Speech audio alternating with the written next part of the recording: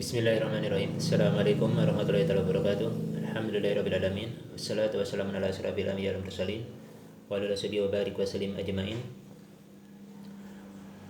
Wa na'udzubillahi min syururi anfusina wa min sayyiati a'malina. May yahdihillahu fala mudilla lahu wa may yudlil fala hadiyalah. Amma ba'd. Teman-teman, pada kesempatan di pagi hari ini saya kembali izin dan menyapa serta mendoakan mudah-mudahan kita semua masih dalam naungan limpahan rahmat Allah dan maghfirahnya, dan mudah-mudahan kita semua juga masih diberikan kesehatan jasmani dan rohani, tetap istiqomah dalam Islam, dalam iman dan dalam ihsan, tetap dalam pemahaman yang benar para salafus salih yang terhubung pada sahabat Nabi dan tentunya terhubung ke Rasulullah SAW. Bukan sesuatu yang diaku-aku tetapi real dalam berkehidupan, amaliyahnya juga setelah akidah terjaga daripada pemahaman mujasimah, menjisimkan bentuk fisik pada Allah SWT, dan musabbihah, menyamakan Allah dengan makhluk sebagaimana misalnya duduk di kursi ataupun di mana-mana seperti itu. Maka hal-hal yang demikian ini adalah sesuatu yang bisa mencederai akidah kita dengan benar. Maka ikutilah akidah yang benar-benar, bukan sesuatu yang hanya diaku-akui saja seperti itu. Pada kesempatan kali ini saya membahas di kitab Sunan At-Tirmizi, seperti ini kitabnya, di bagian kitab yang ke-36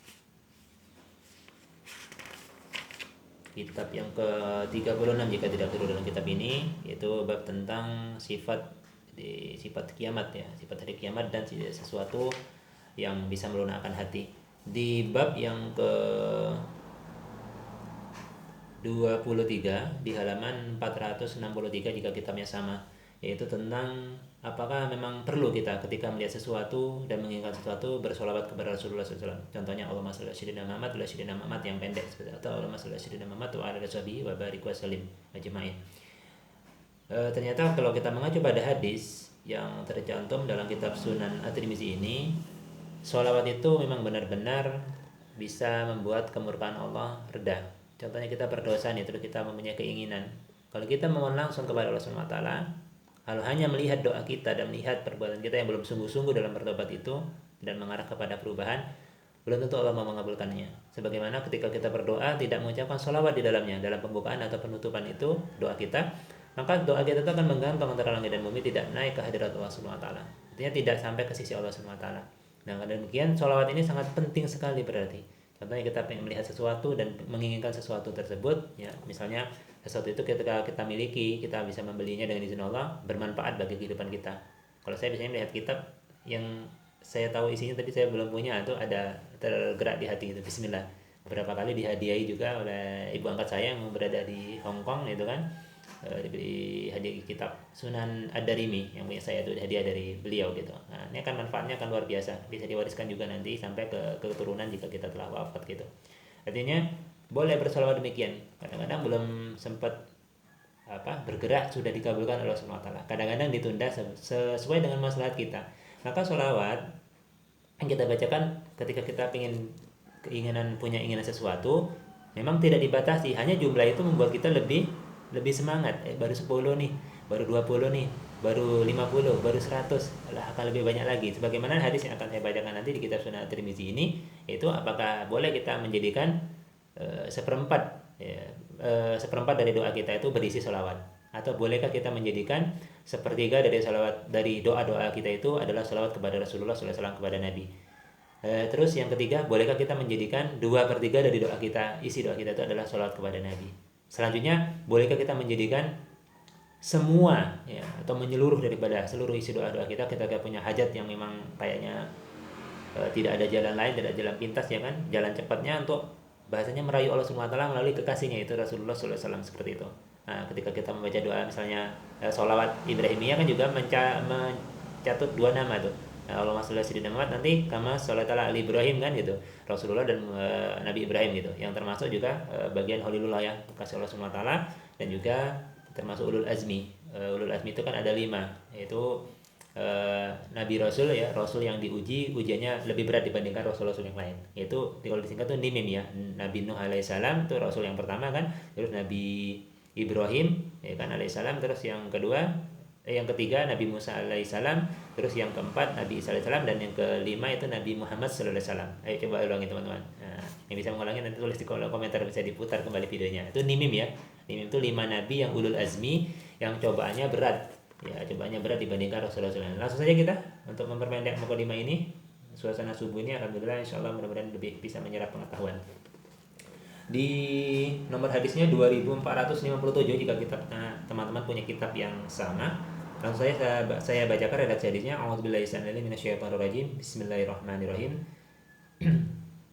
Qala mu'allifu haddatsana Hannad haddatsana Qabisatu an Sufyan an Abdillah ibni Muhammad ibni Aqil an Tufail ibni Ubay ibni Ka'ab an abihi. Jadi dari Ubay bin Ka'ab ya, dari ayahnya.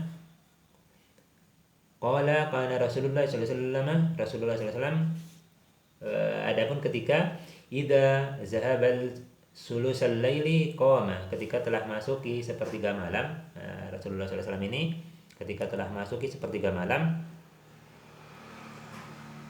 bila 2/3 malam ya, maksudnya 2/3 malam atau yang semisalnya, maka Rasulullah SAW bangun ya, gitu. Sebutkan ini qama, faqala, maka Rasulullah kemudian bersabda, ayyuhan nasu, ya ayyuhan nasu, udkurullaha, wahai sekalian manusia, ingatlah Allah. Maksudnya berzikir kepada Allah SWT ya.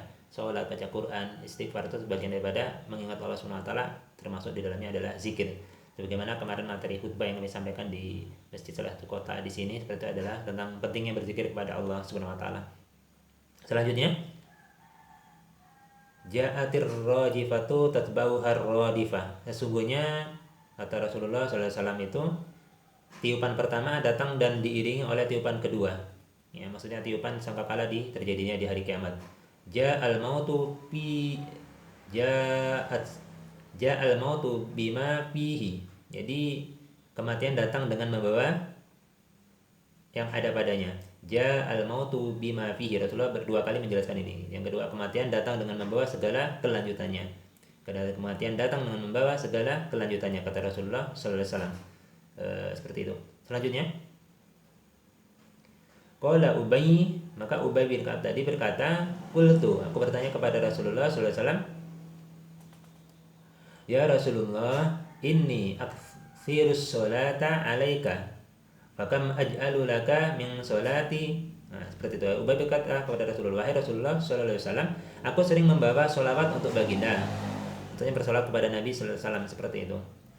Lalu berapa banyak aku bersolawat untuk baginda? Nah, itu tanya kepada Rasulullah, harus seberapa banyak aku bersolawat kepada Rasulullah sallallahu alaihi wasallam, kepadamu, itu kata sahabat Nabi tadi, karena bertanya di hadapan Rasulullah sallallahu alaihi wasallam langsung, seperti itu. Maka Rasulullah menjawab, faqala ma syi'ta, terserah kamu, maksudnya mau berapapun. Pertama awalnya tidak ditentukan. Nah, tapi kalau misalnya mampu, nanti lihat penjelasannya sampai di bagian akhir hadis gitu. Qala qultur rubu, maka Ubay menjawab kembali, aku bertanya, bagaimana kalau 1/4 dari doaku diisi dengan sholat kepadamu, kata Ubay bin Ka'ab tadi. Rasulullah SAW menjawab, qala ma syi'ta fa in zidta fa huwa khairul laka. Nah, itu terserah, kata Rasulullah SAW, jika engkau tambahi itu, maka itu lebih baik bagimu, kata Rasulullah SAW. Jadi kalau bisa lebih dari 1/4 isi doa kita berisi sholawat kepada Nabi, itu lebih baik, kata Rasulullah SAW. Kemudian Ubay melanjutkan pertanyaannya, qultu nisfa. Nah, bagaimana kalau setengah, kata Ubay bin Ka'ab, dari doa-doaku itu berisi sholat kepada engkau. Maka Nabi menjawab kembali gitu, qala ma syi'ta fa in zidta fa huwa khairul laka. Terserah engkau, tapi kalau engkau lebih bisa menambah lebih daripada nisfu tadi, setengah, itu lebih baik gitu, kata Rasulullah SAW. Selanjutnya,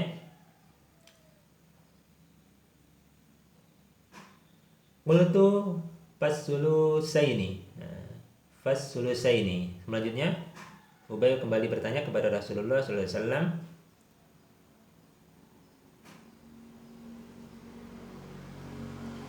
bagaimana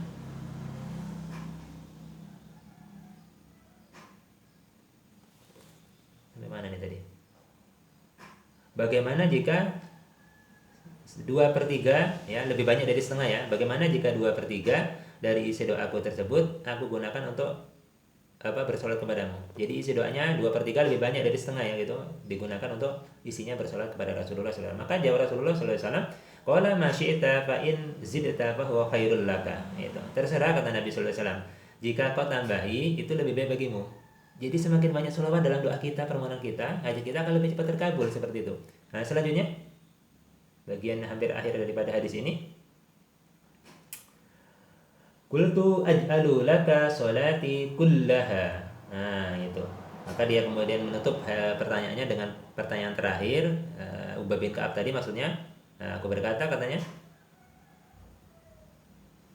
aku akan menjadikan seluruh doaku untuk baginda. Maksudnya isi doaku 100% bersolawat kepada Rasulullah SAW, kepadamu wahai Nabi sallallahu alaihi wasallam gitu. Nah, ini apa jawaban Nabi? Qala izan tukfa hammaka wa yukfaru laka zambuka. Nah, kalau begitu engkau akan dicukupkan dari kedukamu. Ya, dari keinginan sesuatu yang akan kita capai, akan kita miliki, ingin kita miliki karena tidak mampu, sesuatu padahal penting, maka akan dilepaskan oleh Subhanahu wa taala. Sholawat itu bisa melepas pertama kesedihan, kegundahan, ya kan? Makanya ada doa al-masurat ketika pagi dan petang dibaca, Allahumma inni a'udzubika minal hammi wal hazan, wa a'udzubika minal ajzi wal kasal, wa a'udzubika minal jubni wal buhul, wa a'udzubika min ghalabati daini wa qahri rijal. Ada tambahan yang lain, Allahumma inni a'udzubika minal kufri wal faqr, wa a'udzubika min azabil qabr, la ilaha illa anta. Ini doa-doa al-masurat yang dibaca di pagi petang. Itu bisa dibaca sekali, ya bisa dibaca juga sebanyak 3 kali gitu. Tapi esensinya adalah kita ngerti tidak yang kita baca. Nah, itu kan kalau ini a'udzubika minal hammi wal hazan, kita kan minta dihilangkan oleh Allah Subhanahu wa taala atau berlindung kepada Allah dari penyakit yang menyebabkan gundah dan kesedihan. Karena sedih itu nanti efeknya juga akan bisa berbahaya jika terus-menerus, bahkan bisa dimanfaatkan oleh syaitan atau jin untuk mengganggu seseorang karena sedih yang berlebihan. Segala sesuatu yang berlebihan itu tidak baik. Nah, ini jadi bagian akhirnya adalah izam tuqfa hammaka wa yukfaru laka zambuka gitu. Maka kalau begitu, kalau misalnya menjadikan seluruh doa itu isinya sholat kepada Rasulullah SAW, maka kata Nabi apa? Bagian hadis akhir hadis ini, kalau begitu engkau akan dicukupkan dari dukamu, segala kebutuhan akan terpenuhi, dan wa yukfaru laka zambuka, maka akan diampuni segala dosa-dosamu. Dosa-dosamu akan diampuni. Nah, Abu Isa periwayat dalam kitab penulis kitab Sunan At-Tirmizi ini berkata, yaitu apa perkataan Abu Isa, yaitu qala Abu Isa hadza hadisun hasanun. Hadis ini adalah hadis hasan seperti itu. Hadis hasan sahih seperti itu. Hadza hadisun hasan atau hasan hadis hasan atau hadis hasan sahih. Hadis hasan sahih itu asalnya sebenarnya hadis sahih. Ya, ada jalur periwayatan dari periwayatnya yang agak lemah ketika membacakan hafalannya, maka bisa turun derajat hadisnya menjadi hasan sahih. Asalnya adalah hadis sahih. Dan Imam At-Tirmizi ini, Abu Isa, adalah orang pertama yang memviralkan tentang hadis hasan. Maka pelajari dulu. Ya, jangan mentang-mentang bacanya kitab Sahih Al-Bukhari tiba-tiba menolak hadis hasan atau hadis yang lainnya. Jadi sebelum belajar itu kan, hadis dhaif pun kalau tidak sangat parah lemahnya juga akan bisa dilakukan dalam fadilah amal, bukan dalam perkara yang pokok atau akidah. Ini saja yang bisa saya sampaikan. Dari sini juga diriwayatkan oleh Imam Ahmad dalam musnadnya di nomor hadis 2120, 21.280, 21.279. Jadi dua nomor berbeda di kitab musnad Imam Ahmad. Jadi tergantung kita setelah mendengar informasi ini, ya kan? Kalau mau mengisi doa kita, pertama dengan separuh doa kita itu diisi dengan seperempat dari doa kita pertama itu diisi dengan sholawat kepada Rasulullah, itu bagus. Jadi kalau kita mampu menambah menjadi dari seperempat naik jadi setengah, ya kan? Setengah dari isi doa kita adalah sholawat kepada Nabi, juga bagus. Yang ketiga, jika mengisi 2/3 dari sholawat kita lebih banyak dari setengah tadi, itu juga lebih bagus. Ya. Tapi kalau kata Nabi tadi, kalau kau bisa menambah, ya kan, zidda, jika kau bisa menambah dari isi doamu itu sholawatnya lebih banyak kepadaku, kata Nabi, maka akan lebih baik. Maka kita akan menjadikannya sebagai kullaha gitu, menjadikan semua isi doa kita itu sholawat kepada Nabi. Jika ada kebutuhan yang mendesak, ya kan, kita baca bismillah, ya kan, lalu berisi dengan sholawat sebanyak sholawat yang kita bacakan itu, maka sebanyak itu pula dan secepat itu pula nanti Allah akan berikan pengabulan terhadap hajat kita. Nah, tentu bagian akhir adalah keikhlasan seseorang. Keikhlasan seseorang dalam beribadah itu adalah nilai yang paling tertinggi. Jadi kita beribadah nih, ya kan, misalnya wabasyiril ladzina amanu wa amilus sholihat gitu, akan diberikan kabar kepada wahai Muhammad, berikanlah kabar kepada orang-orang yang beriman itu, annalahum jannatin tajri min tahtihal anhar, sungguhnya mereka akan berikan surga yang mengalir di bawahnya sungai-sungai. Jadi beriman, istiqomah, tidak menyekutukan Allah SWT, dan meninggal dalam kondisi yang sebagai orang beriman, akan diberikan balasan surga yang paling terendah, yaitu mengalir di bawahnya sungai-sungai, seperti itu. Jadi orang yang beribadah mengharapkan balasan yang dijanjikan Allah SWT, ini adalah sesuatu bentuk tidak keliru, tapi keikhlasan yang tingkatannya paling bawah. Nah, ketika orang beribadah balasannya itu tidak dihitung, tidak menghitungnya, tidak ditentukan oleh dirinya sesuai dengan yang Allah janjikan, tetapi beliau menyerahkan balasannya kepada Allah Subhanahu wa taala. Serahkan balasannya kepada Allah Subhanahu wa taala, mengharapkan ridho Allah. Ini adalah puncak daripada ketinggian ibadah kita sendiri. Ketika kita bersolawat, mengharapkan balasan dari Allah Subhanahu wa taala, tidak menghitung-hitungnya, ya kan? Kalau jumlahnya dihitung tapi balasannya tidak menghitungnya, maka Allah akan berikan sesuai dengan maslahat kita, akan diberikan maula. Maka mulai hari ini jangan sampai kita lewat dalam setiap hari kita bersolawat kepada Rasulullah SAW. Kalau mengandalkan amalia kita masih banyak bolong-bolong, masih banyak cedera, tidak usah dalam sholat, maka sholawat Nabi itu akan berikan syafaat nanti bagi kita di hari kiamat nanti. Syafaat yang pertama yang diberikan hak oleh Allah Subhanahu wa taala di hari kiamat adalah sholawat Nabi SAW. Maka ketika kita jarang bersolawat kepada Nabi, jangan harap kita akan bisa dekat kedudukannya kalau masuk surga kepada Rasulullah SAW. Siapa yang bersolat paling banyak kata Nabi, maka kedudukannya dari kiamat nanti akan yang paling dekat kepada Rasulullah SAW. Nah, sebagaimana ketika melihara anak yatim, maka jaraknya seperti ini gitu. Jadi ya, kita padukan nih kalau memang mau dekat, jalannya lebih mudah maksudnya. Kita menyantuni yatim seini mampu kita dengan cara apapun, dengan perhatian, dengan ilmu pengetahuan kalau kita mampu mengajarnya atau memberikan makanan ataupun bentuk materi ataupun pakaian, maka nanti akan kedudukannya dekat.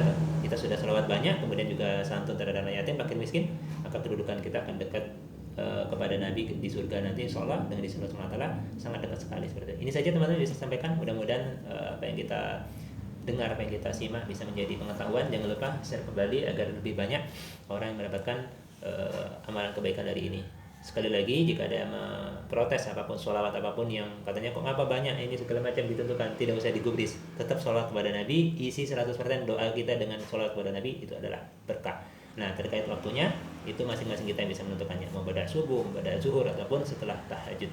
Terserah kita. Wallahu a'lam bishawab. Assalamualaikum warahmatullahi wabarakatuh.